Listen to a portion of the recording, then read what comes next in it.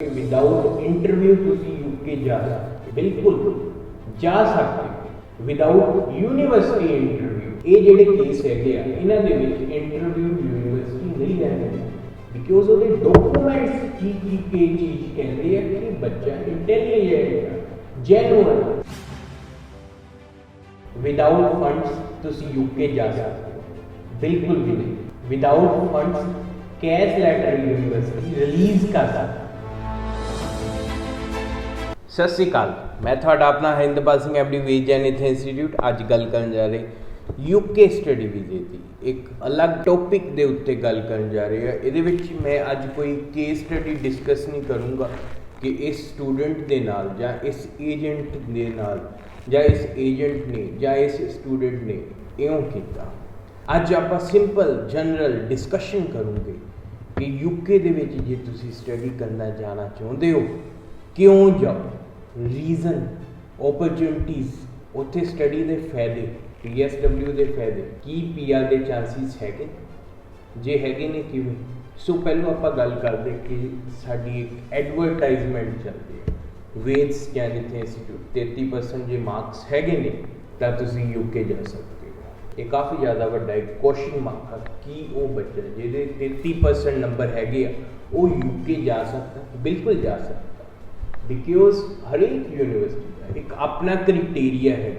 कई यूनिवर्सिटियां कहंदियां जे इंग्लिश दे विच 80% नंबर अपनी ऑफर लैटर अप्लाई करो असी थानू दाखला देंगे। कई यूनिवर्सिटियां कहंदियां 70% नंबर है ऑफर लैटर अप्लाई करो असी दाखला देंगे। उसी तरह कई यूनिवर्सिटियां कहंदियां 65% नंबर, कई यूनिवर्सिटियां कहंदियां इंग्लिश दे विच 50% मार्क्स, कई यूनिवर्सिटियां कहती 33% नंबर इंग्लिश दे विच है थानू दाखला दूंगे, लेकिन उन्होंने एक अलग कंडीशन कि थानू एक पासवर्ड टेस्ट क्लीयर करना पैना। सो वो जिहड़ा पासवर्ड टेस्ट है वो की हुंदा है जिद्दां आइल्स बच्चा करदा उहदे विच 4 कंपोनेंट्स हुंदे आ, reading, writing, listening and speaking. हुण कई यूनिवर्सिटियां दे पासवर्ड टेस्ट दे विच लिसनिंग एंड स्पीकिंग हुंदी है कि हाँ साढ़े कोल बच्चा आ रहा है कि वो स्पीक कर सकता, खुद के जिहड़ी फीलिंग्स हैगियां आ जो कहना चाहता वो एक्सप्रैस कर सकता। जे कर सकता वी विल वेलकम कि वो सुन सकता, सामने कोई अंग्रेज टक्कर जाए एंड उहदे नाल कोई कॉन्वरसेशन होवे एंड बच्चा ठाना देखे उहदी गल समझे कि वो गुड लिसनर हैगा। जे वो इंग्लिश स्पीकिंग कर सकता है, इंग्लिश ईजिली लिसन कर सकता है, देन कोई दिक्कत नहीं है। एंड कई यूनिवर्सिटीज़ कहती हैं कि रीडिंग का टेस्ट लेना असी प्लस राइटिंग का कि बच्चा कोई साइन बोर्ड हैगा वो ट्रैवल कर रहा है ਜਾਂ किते जा रहा है ਜਾਂ कोई चीज़ वो एकदम सामने आ जाती कि उस चीज़ को अच्छी तरह रीड कर पाता है, जे कर पाता we will accept that student. कई यूनिवर्सिटीज़ कहती हैं कि जिहड़ा बच्चा हैगा वो चंगी तरह राइट कर पाता कि नहीं कर पाता, सामने वाला मिले एंड कभी आ चीज़ जिहड़ी हैगी ये लिख दो, इन राइटिंग दे दो। बिकॉज कोर्ट जिहड़ा हैगा जुडिशरी जिहड़ी हैगी वो एविडेंसिस जिहड़ियां हैगियां उन्हां दे बेस दे उत्ते चलदियां। एविडेंसिस जिहड़ियां हुंदियां वो आपां कह भी दिंदे कि भाई जे तैनूं ज़्यादा ही डाउट आ ना असी इन राइटिंग लिख देंगे। सो राइटिंग की कितनी वैल्यू हैगी लिखत की, एक लिखत की कितनी वैल्यू हैगी ये मैनूं लगदा दस्सण दी लोड़ नहीं हैगी, स्पैशली जिहड़े पंजाबी हैगे जां इंडियंस हैगे। सो हरेक यूनिवर्सिटी दे अपने मापदंड हैगे अपने पैरामीटर्स है। सो 33% नंबर एक्सैप्टेबल, 60% नंबर एक्सैप्टेबल, 80% नंबर बहुत ही ज़्यादा सोने के सुहागे। उस तो अलावा ये तो हो गया इंग्लिश कंडीशन की गल। So it is very clear 33% number वाला भी जा सकता। अज की डेट के जून की गल कर रहे हैं, जून के इन्हों के पैरामीटर है यूनिवर्सिटी के, बट आई डोंट नो जुलाई के किवें की हो, बिकॉज यूके इदा की कंट्री आ जिहदे विच यूनिवर्सिटी रातों रात ही अपने जिहड़े रूल्स एंड रेगुलेशन हैगे वो एकदम चेंज कर दिंदी आ, किसी को पता ही नहीं लगता कि हाँ की हो गया। सो अज की डेट के विच एक्सैप्टेबल। सो दूजी गल, साडा बजट कितना होना चाहिए। साडी एडवरटाइजमेंट चलती है 2 लाख रुपया, gate admission in UK 2 lakh rupees, 2 lakh रुपये दे विच दाखला। इज इट पॉसिबल कि ये मुमकिन है या ना मुमकिन? जी हाँ बिल्कुल ये मुमकिन है। You can get admission in government university in 2000 GBP great Britain pound, 2000 pound दे विच तुहाडा दाखला सरकारी यूनिवर्सिटी दे विच हो सकता। शर्त IELTS 6 नॉट लेस दैन 5.5 हैगे ने, जे हैगे ने आ जाओ, जे नहीं हैगे +2 दे विच इंग्लिश दे विच 80% मार्क्स होने चाहिए ने, एंड ग्रैजुएशन दे विच ये सिर्फ मैं 2 लाख रुपए दे जिहड़ा साडी एडवरटाइजमेंट चलती है, gate admission in government university in 2 lakh rupees, ਉਹਦੇ बाबत गल कर रहा है PG वाले बच्चे, पोस्ट ग्रैजुएशन वाले बच्चों जे तुसी 12वीं की इंग्लिश दे विच 80% मार्क्स है, ग्रैजुएशन की 2013 14 15 16 17 18 19 20 एंड ग्रैजुएशन दे विच 60% नंबर, यू आर एलिजिबल। सो इत्थे एक होर क्वेश्चन मार्क उठ रहा, 2 लाख रुपया साल की फीस? बिल्कुल भी नहीं। 2 लाख रुपया वो वाला अमाउंट है जेरे बेस के उत्ते तुसी फ्लाई कर सकते हो, जा सकते हो, यूके जा सकते हो, बट एनुअल ट्यूशन फी जी यूनिवर्सिटीज़ की हैगी आ यूके की खास करके that is near about 10,000 GBP to 12,000 GBP। It means जे 2000 पाउंड दे के बच्चा यूके जा रहा है एंड एजेंट कह रहा कि 2000 पाउंड तेरी टोटल फीस आ, वो एजेंट गलत आ। बट यस जे एजेंट कह रहा कि 2000 पाउंड तेरी 2 महीनों की फीस है, काका 10,000 पाउंड जिहड़ा हैगा ये भी तेनों भरना पैना, उत्थे जाके भरी पाऊँ। So that is absolutely correct, और कोई शंका नहीं है, कोई डाउट नहीं है। इदां ही कई यूनिवर्सिटियां हैं कि जिहड़ियां कहंदियां 6000 पाउंड तुसी अमाउंट डिपोजिट कराओ एंड कैश लैटर इशू हो जाऊंगा वो बेस। सो इदां ही यूनिवर्सिटियां हैगियां 8000 पाउंड 7235 GBP वो बेस के उत्ते कैश लैटर इशू करूँगे। कई यूनिवर्सिटियां कहंदियां 10,000 पाउंड, कई कहंदियां 12,000 पाउंड, कई कहंदियां 14,000 पाउंड तुहानूं फुल ट्यूशन फी जिहड़ी हैगी आ पे करनी पऊगी 1 साल की, फिर ही थानू कैश लैटर इशू होगा। सो ये जो 2 लाख रुपए की साड़ी एडवरटाइजमेंट है ये बिल्कुल सही है, undoubted, without any hesitation, without any reluctancy, we formally stand with this advertisement. हुण दूजी गल, विदाउट इंटरव्यू, की कोई यूनिवर्सिटी मैनू दाखला दे दूँगी without interview? Yes, university admission दे दूँगी विदाउट इंटरव्यू, कैश लैटर भी इशू कर दूँगी विदाउट इंटरव्यू जे तुहाडे मार्क्स इंग्लिश दे विच 80% हैगे, जे नहीं हैगे IELTS 6 नॉट लैस दैन 5.5 तुहाडे बैंड्स हैगे, then you are eligible according to the rules and regulation of the university। तुसी विदाउट इंटरव्यू अपना कैश लेटर ले सकते हो। सो इत्थे विदाउट इंटरव्यू जिहड़ी एडवरटाइजमेंट साडी चल रही है और बिल्कुल accurate, without interview you are eligible, you can fulfill your dream to study abroad in United Kingdom। So next question, कि मैं विदाउट अपने लिविंग एक्सपेंसेस शो कीते यूके जा सकता है? बिल्कुल भी नहीं, कोरी ना, रिजेक्शन, डायरैक्टली जा ही नहीं सकते। यूनिवर्सिटीज़ हैगियां जिहड़ियां कहंदियां तुहाडे IELTS दे विच 6 सीट्स स्कोर्स ने, दैन सानू फंड्स दिखाने की कोई लोड़ नहीं हैगी, असी कैश लैटर रिलीज़ कर दूंगे। कई यूनिवर्सिटीज़ हैगियां जिहड़ियां कहंदियां कि तुहाडे इंग्लिश दे विच 85% मार्क्स है या 80% मार्क्स आ, थानू कोई फंड्स पुराने दिखाने की लोड़ नहीं हैगी, we will release your CAS letter so that you can submit your file in embassy. हुण अगला क्वेश्चन हैगा बिना फंड्स तो एम्बेसी दे विच फाइल दर्ज कर दो, बिल्कुल भी नहीं। यूनिवर्सिटी चेक करती होंगी है बच्चे को लिविंग एक्सपेंसिस हैगी कि नहीं, नैक्सट ईयर की ट्यूशन फी हैगी है कि नहीं।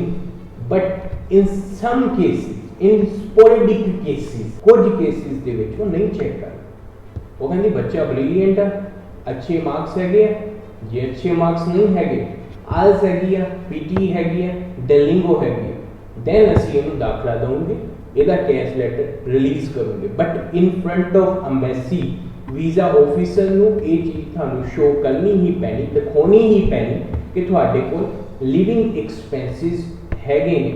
ਉੱਥੇ ਜਾ ਕੇ ਯੂਕੇ ਜਾ ਕੇ ਤੁਸੀਂ ਕਿਸੇ ਉੱਤੇ ਡਿਪੈਂਡ ਨਹੀਂ ਹੋਣਗੇ, ਤੁਹਾਡੇ ਕੋਲ ਇੰਨਾ ਅਮਾਉਂਟ ਹੈ that you can bear your 1 year's living expenses on your own। So university CAS letter release कर दो, फंड्स की नहीं लोड़। बट अंबैसी दे विच फाइल जो दर्ज करवानी है 28 दिन पुराने थोड़े फंड्स चाहिए, बैलेंस सर्टिफिकेट चाहिए। सो अंबैसी दे विच जो फाइल दर्ज करवानी है उस टाइम दे विच थानू फंड्स चाहिए, बैंक स्टेटमेंट चाहिए, बैलेंस सर्टिफिकेट चाहिए ਜਿਹਦੇ ਉੱਤੇ ਡੇਟ ਪਾਈ ਹੋਵੇ ਐਂਡ ਲਿਖਿਆ ਹੋਵੇ 28 ਡੇਜ਼ ओल्ड इन्ना अमाउंट मिनिमम बैलेंस ਜਿਹੜਾ ਹੈਗਾ ਇਹਨਾਂ ਦੇ ਅਕਾਊਂਟ ਦੇ ਵਿੱਚ ਹੈਗਾ ਆ। ਸਿਗਨੇਚਰ ਕੀਤੇ ਹੋਣੇ ਚਾਹੀਦੇ ਨੇ ਮੈਨੇਜਰ ਦੇ, ਉਹਨਾਂ ਦਾ ਕੰਟੈਕਟ ਨੰਬਰ ਹੋਣਾ ਚਾਹੀਦਾ ਆ। ਇਸ ਬੇਸਿਸ ਦੇ ਉੱਤੇ ਤੁਹਾਨੂੰ ਅੰਬੈਸੀ ਵੀਜ਼ਾ ਗ੍ਰਾਂਟ ਕਰ ਸਕਦੀ ਆ। I am not giving any kind of guarantee, करना ना करना अल्टीमेटली ਵੀਜ਼ਾ ਆਫਿਸਰ ਦੇ ਹੱਥ ਦੇ ਵਿੱਚ ਹੈਗਾ। ਉਹ ਹਰ ਇੱਕ ਐਂਗਲ ਤੋਂ ਦੇਖਦਾ ਆ, ਪਰਖਦਾ ਆ, ਦੈਨ ਵੀਜ਼ਾ ਗ੍ਰਾਂਟ ਕਰਦਾ। ਸੋ ਸਾਡੀ advertisement without showing funds you can get CAS letter in some university. So 33% number UK ਜਾ ਸਕਦੇ ਹੋ। ਅਗਲੀ ਸਾਡੀ ਜਿਹੜੀ ਐਡਵਰਟਾਈਜ਼ਮੈਂਟ ਹੈ ਪੋਸਟਰਸ ਦੇ ਉੱਤੇ ਉਹ ਇਹ ਆ ਕਿ ਵਿਦਾਊਟ ਇੰਟਰਵਿਊ ਤੁਸੀਂ ਯੂਕੇ ਜਾ ਸਕਦੇ, ਬਿਲਕੁਲ ਜਾ ਸਕਦੇ ਹੋ विदाउट यूनिवर्सिटी इंटरव्यू।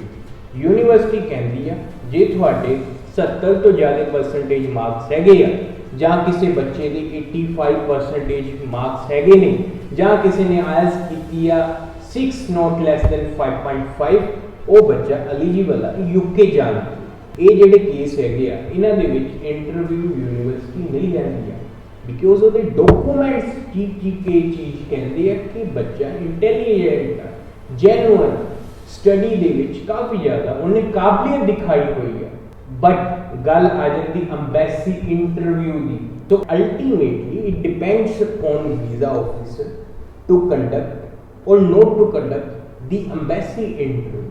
सो ये विदाउट इंटरव्यू तुसी यूके का स्टडी वीज़ा जोड़ा है लगा सकते हो, but ultimately depends upon visa officer. But yes कई यूनिवर्सिटीज़ कैश लेटर रिलीज कर दूंगी विदाउट इंटरव्यू। कई यूनिवर्सिटी, सारियां नहीं, कई। साडी एडवरटाइजमेंट 33% नंबर यूके जा सकते। I have already given explanation. Without interview UK जा सकते। I have already given explanation। Without interview you can get cash। Interview ultimately depends upon the visa officer whether to conduct or not। Without funds तुसी UK जा सकते हो, बिल्कुल भी नहीं। Without funds cash letter university release कर सकती। 2 लाख रुपए दे विच यूके जा सकते हो, बिल्कुल जा सकते हो यूके। बट शर्त जिहड़ी हैगी आ, पैरामीटर जिहड़े है उन्हां विच तुहाडी जिहड़ी प्रोफाइल हैगी आ वो फाल करनी चाहिए है, दैन तुसी जा सकते हो। काफ़ी ज़्यादा स्टूडेंट्स जिहड़े हैगे आ प्लस उन्हां दे पेरेंट्स जिहड़े हैगे ने वो साडे नाल जदों गल करदे ने वो हर एक चीज़ दे रिगार्डिंग पुछदे आ। बहुत वधिया गल मैनूं ये लगदी आ जदों भी तुसी किसी भी कंसलटेंट कोल जांदे हो हर एक क्वेश्चन जिहड़ा हैगा आ वो पुछो, बिकॉज डाउट जे तुहाडे मन दे विच होऊगा, तुहाडे दिमाग दे विच होऊगा। सो वो एक जिहड़ा छोटा जिहा डाउट हैगा किसी टाइम वो बहुत वड्डा डाउट बन सकदा। So always be aware while paying visit to any consultant. हमेशा अपने मन दे विच जो भी डाउट्स हैगे आ वो कड्डो, उस तो बाद फिर अप्लाई करो। 100 क्वेश्चन 150 पूछो, 200 पूछो, अद्धा घंटा पूछो, 1 घंटा पूछो, बट अप्लाई उस वक्त करो जो थानू लगता कि हाँ ये जेन्युइन कंसल्टेंट इन्हें गाइडेंस बिल्कुल सही है। जे दस रहा कि 2000 पाउंड दे विच तुसी यूके जा सकते हो, टोटल सालाना fees annual fee 1 year fee would be around 12,000 GBP and 10,000 GBP remaining after paying the initial amount of 2,000 GBP you will have to deposit after reaching UK। जाओ फिर एंड अप्लाई करो उस consultant जेड़ा transparent manner which काम करता, transparency रखता। ये तुसी आप डिसाइड करना। एक एडवरटाइजमेंट देख के अप्लाई कर लेना बहुत वड्डी बेवकूफ़ी है। It is a blunderous mistake to apply after looking at an advertisement. Advertisement देख के परखो इज इट करेक्ट कि असी किसी पैरामीटर दे विच फाल करदे ਜਾਂ नहीं। साडियां एडवरटाइजमेंट दे विच डायरैक्टली इदां है कि एक यूनिवर्सिटी के नाल असीं डील नहीं करते, साडे तो काफ़ी वड्डे लैवल दे उत्ते यूनिवर्सिटीज़ हैगियां।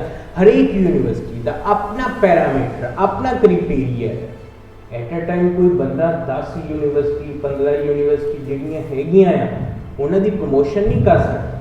सो एक ही पोस्टर दे विच या एक ही एडवरटाइजमेंट असी कोशिश करेंगे कि सारा कुछ मिला दी एंड जेड़ा बच्चा एलिजिबल होगा अकॉर्डिंग टू हिज और हर प्रोफाइल असी असेसमेंट देते हैं। जे 100 बच्चे सानू डॉक्यूमेंट भेजते हैं उन्होंने विचों असी 30-40 बच्चे जेडे इनएलिजिबल होंगे, जेडे जिन्हां दी एलिजिबिलिटी नहीं बनती या जेडे किसी भी पैरामीटर दे विच फाल नहीं करते, असी उन्हां नूं कोरी ना कर दी कि नहीं सर तुहाडा नहीं हो सकता। बिकॉज सानू पता कि असी ग्राउंड रियलिटी जिहड़ी हैगी आ उहदे उत्ते वर्क करते हैं।